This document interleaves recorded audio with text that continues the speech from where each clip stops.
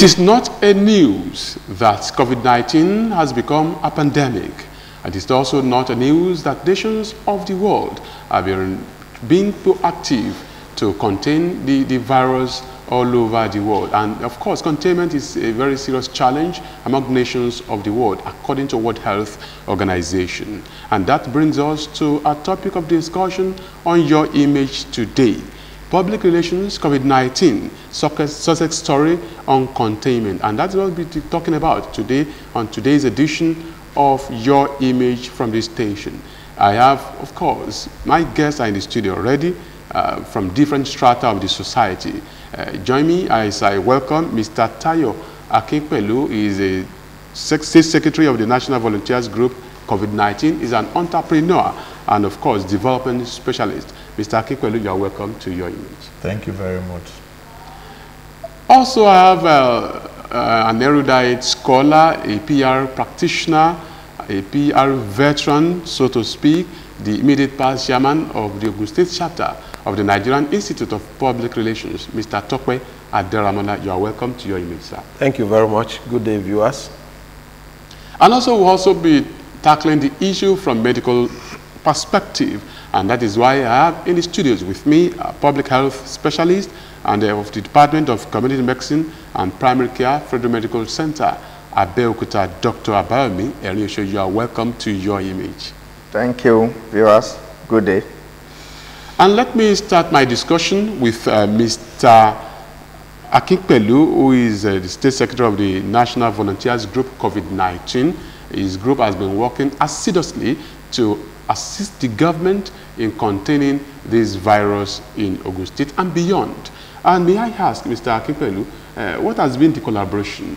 What has been your role, the duty of your organization, or NGO, for that matter, to contain this virus, especially when many people have been locked down, you know what I mean, have been indoor for close to a week now?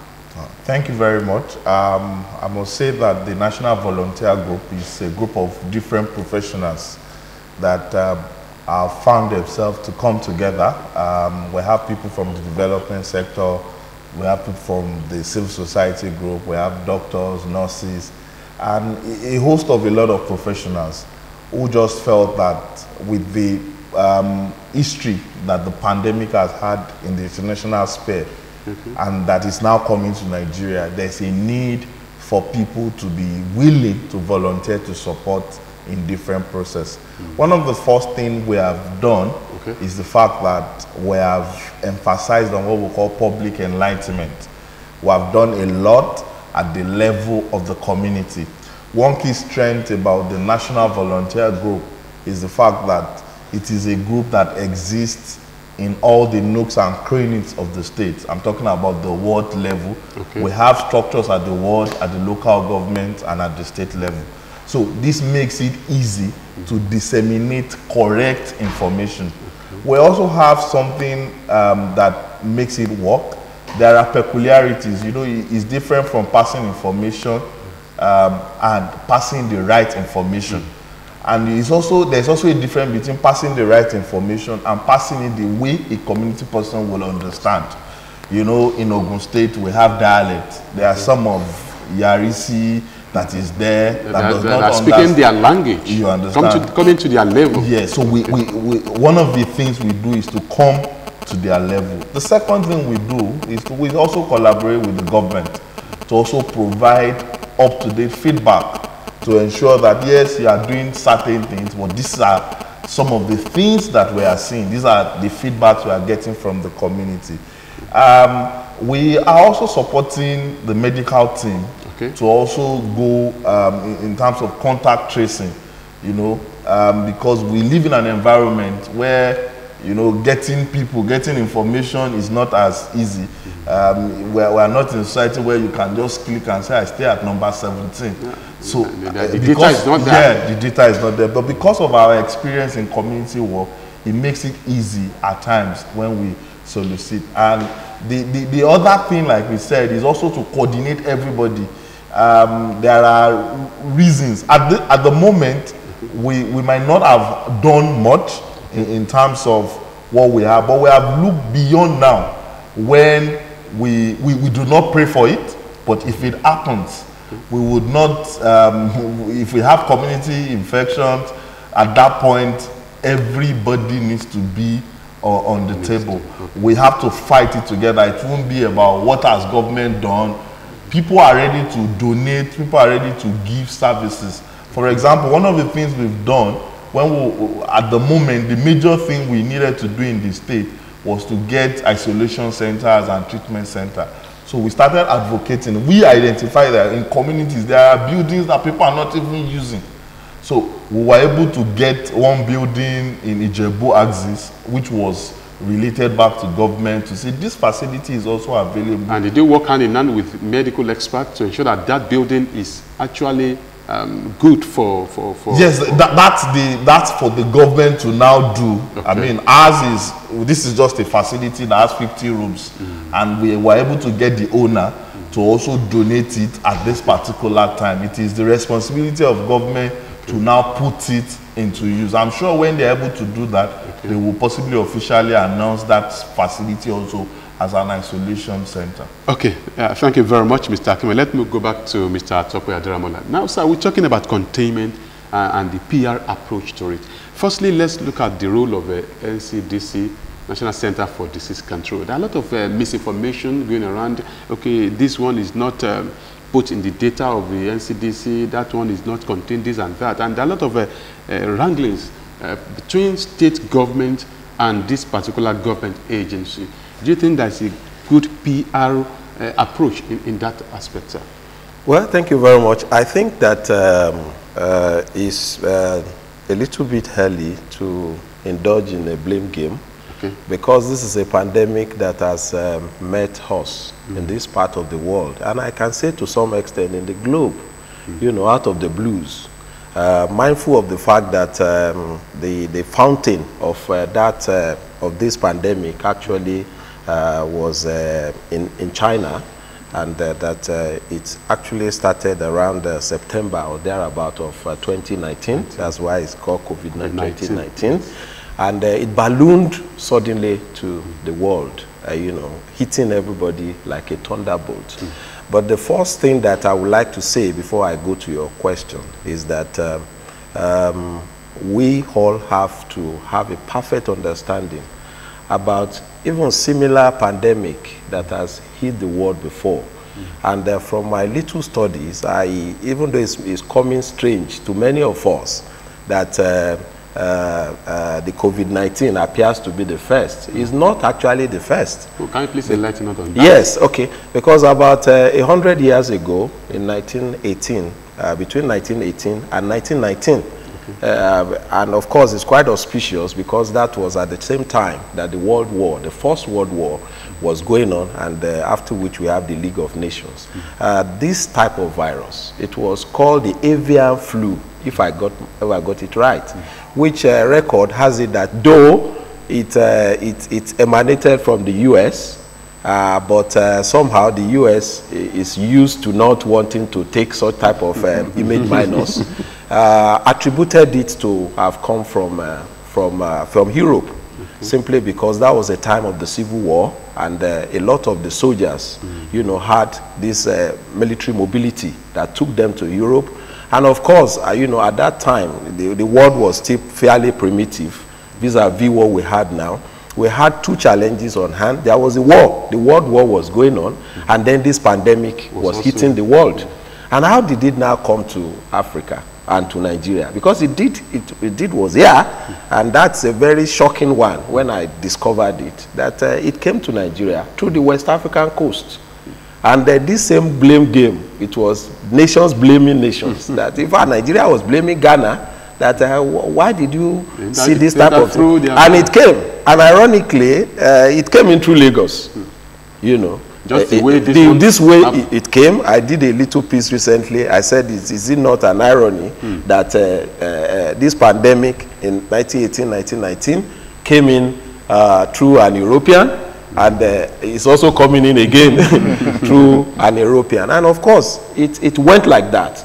But the pattern of its spread at that time was alongside the mode of transportation at that time, which was the railway. After Lagos, just the same pattern. It came to Ogun, as if history was repeating itself. It came to Ogun, and then later it went to Ibadan, and from Ibadan to Ilorin, to Bida, Karanamoda, and so on. But the essence of it was that it upstaged global demographic order. You know, about 500 from record, 500,000 people, you know, lost their lives in Nigeria. It was quite huge. And of course, we got over it.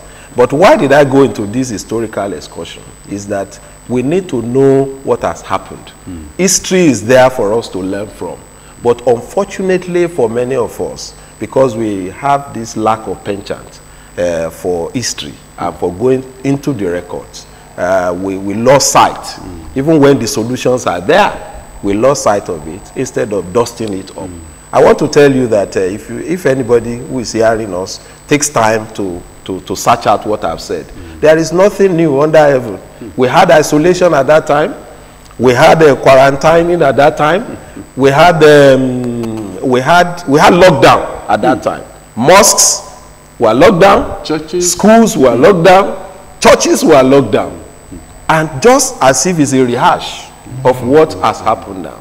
But I found out that a lot of, even some of us, where I'm starting from now, is that as opinion molders, because the role of public relations is for us, as first of all as practitioners, to be opinion molders, to be thought leaders. But how do you lead thoughts? How do you opinionate when you yourself, you are not appropriately informed? And that is what I have seen today. The world has become a global village, and the social media has gone all over the place. Everybody working today is a journalist in his own right. Is a trader of information. Like we had earlier, is even a doctor. We had so many doctors that never went to medical schools today. So everybody is and then this is where the role of public relations comes. Public relations, we are supposed by training to stand ourselves out as thought masters, as people who themselves are knowledgeable, encyclopedic, who know one thing of everything and everything of one thing, to put things in perspective. That hey, this is not a persecution against a religion. This is not probably the end time. This is not probably a nation causing another nation. But we have had it before, and this is the pattern. Now coming to NCDC. Okay, yes. maybe before we go there, because I have more questions, maybe than answers. Well, I'll come back to that. Let me now go to Dr. Erinushu. So, thank God that you are a community medicine expert, and we are trying to contain this virus. People at the grassroots, the rural people, this containment, do you think it can also work in the rural areas? Because many of them don't even, they don't listen to radio, no electricity in the areas. So what effort are community medical experts making to ensure that this message gets to the grassroots, especially to the rural dwellers? Thank you very much. Maybe I will have to go back to what Mr. Akikpelu said. Okay. Volunteerism. Okay. You know, despite the fact that we are community experts, okay, it is not possible for us to be in the rural area 24 hours. So there is need for collaboration with people, with NGOs and other people who are ready to volunteer with us. So that's been said. But what I've found out from what you said is that the people in the rural areas, like you said, this is an era where we that are even in the urban region, we don't have electricity. We have, but it is epileptic. It is epileptic. Maybe because I don't have in my area, that's why I say we don't have. You see, even the dry cell battery, they are not just easily come back now. They are very expensive. You know, in those days in the village, you have small transistor radio all around. People are not able to afford it now. So in that area, I may want to say, we have not done well. Because just 2 weeks ago, I was watching a news program on one of the television stations. They went to an area in Lagos, I think they called it Makoko. And they were asking people about COVID. Only one boy about 5 years was able to say something about COVID. And he said that COVID is in Yaba. That's what the guy said. And when you look at Makoko to Yaba Isolation Center, you now wonder. The only thing the boy knows is that that place, they put COVID there. And you look at the area, Makoko area, you know, is the dirtiest place you can point to in this part of the world. And such a thing is going on in Lagos, and people in that area are not even aware. And when you look at amount of money government has spent on information dissemination, on radio, television, and you know, find that this group of people are not aware. So it means the more vulnerable you are, the less information you consume. And when the more vulnerable are not informed, they are danger to us. Those of us that say we are enlightened, we know about this, we know about. What of the vulnerable people that are not enlightened, that are not aware of what we need to do? So I think the voluntary group, the NGO, need to partner more with the government to take this information to the doorstep of these people. Like he was saying the other time, that they speak their dialect to them. So people need to go now, maybe to knock door, or use this native way of town hall meeting, and all this kind of idea to get that information to them. Because when this thing first came, you know, we started hearing governors and some important people. Even the average people, we say it is the disease of the big men. So if you call it the disease of the big men, then the rural people, we call it the disease of the elite. So the blame game has started again.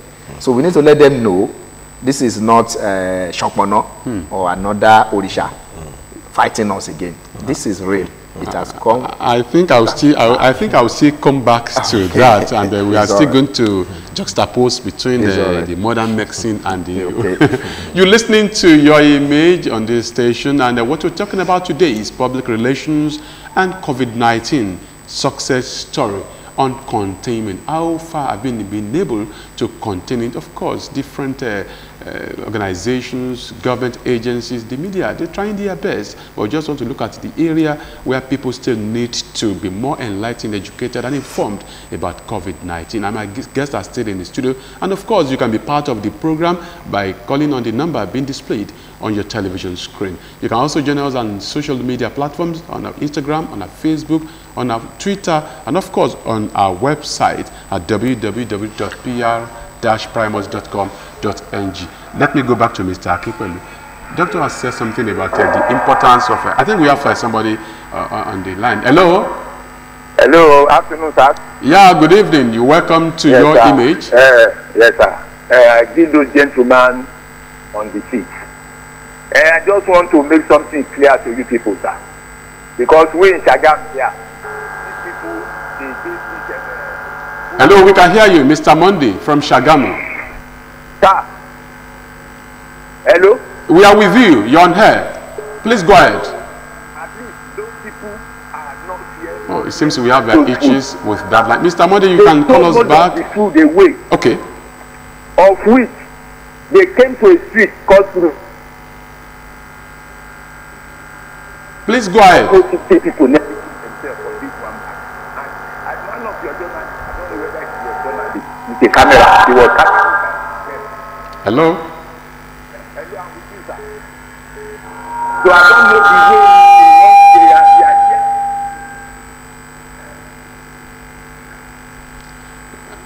here. Maybe you can call us back. Maybe you can call us back, Mr. Monday from Shagamu. I think was trying to ask on the how they can actually contain that particular. So let me go back to Mr. Akipelu. He was talking about the rural areas. Are you being empowered to do this thing? Because when you are talking about containing this, we could see that there are a lot of fumigations going around the town, and I don't know whether it is extended to rural areas. But what is the organization doing and other NGOs to ensure that? I'm still concerned about the people in the rural area, because when you are talking about containing it and people still don't know that you have to keep some distance when you are communicating, you still have to avoid crowded places, how you do this and that. Are they informed about all these precautions that we need to do? Do they even know that you need to wash your hands for a long time? They don't have running water anyway in the rural areas, but sanitizer and the rest of them. So what are you people doing to ensure that they still know that they need to be precautious of certain things? Well, thank you very much once again. Like I said, we are trying within the ambit of what the law would allow us. Like I told you, our movement is a national movement. In states where there are no lockdowns, there is continuous sensitization. And for our state, where we have the lockdown, we are still in discussions with the government around how to make sure that this goes more in details. It is not that nothing is being done. There are a lot of things. For example, there is increased media jingles, media awareness going on. But like we said, people prefer one-on-one contact, especially where they can ask questions, they can understand in depth. So we are still in discussion with the state government on how best we can still walk around, even with this lockdown, because the lockdown also has a role to play. I must quickly emphasize that, you know, the responding to the epidemic requires different things, about 7 things. We call them 7 pillars. There is treatment, there is containment. Yeah, I mean, there are about 7 of them. And I must tell you that the government is already have... Okay, let's quickly take this call all the way from Kwara State. Hello, Mr. Enrisho, good evening. Hello, good evening, sir. Yeah, good evening. I just like to point out 1 or 2 things about the PR side of COVID-19.